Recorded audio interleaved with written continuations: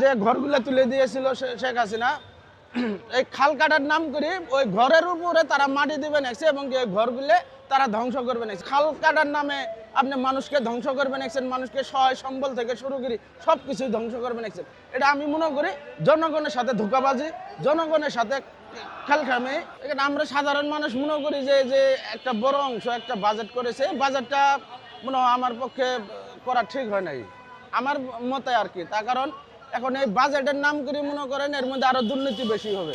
এই বাজেটের নাম করে মনে করেন আরো আমাদের মতো সাধারণ মানুষ থেকে শুরু করে জনগণ যারা আছে এদের পরে ভ্যাট বাড়ানো হবে এবং 5 আগস্টের পরে থেকে 7% জায়গায় 15% ভ্যাট বাড়াইছে। এরপরেও মানে দাম অনেক ঊর্ধ্বগতিতে গিয়েছে।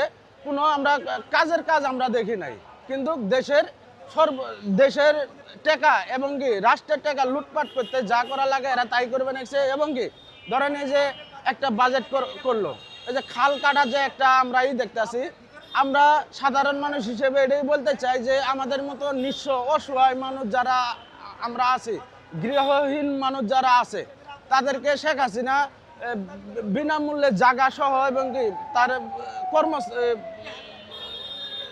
বাসস্থান দিয়েছিল।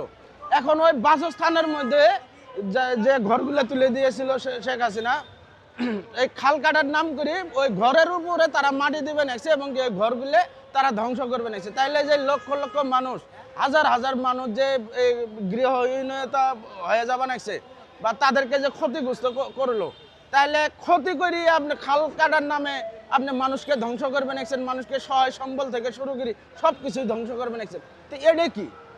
আমরা এটা মনে করি না যে খুব একটা ভালো কোনো হয়েছে। এটা আমি মনে করি জনগণের সাথে ধোঁকাবাজি, জনগণের সাথে খেলখামি এবং কি জনগণের সাথে একটা মহা একটা শয়তানি। আমরা সাধারণ মানুষ এটাই দেখতেছি।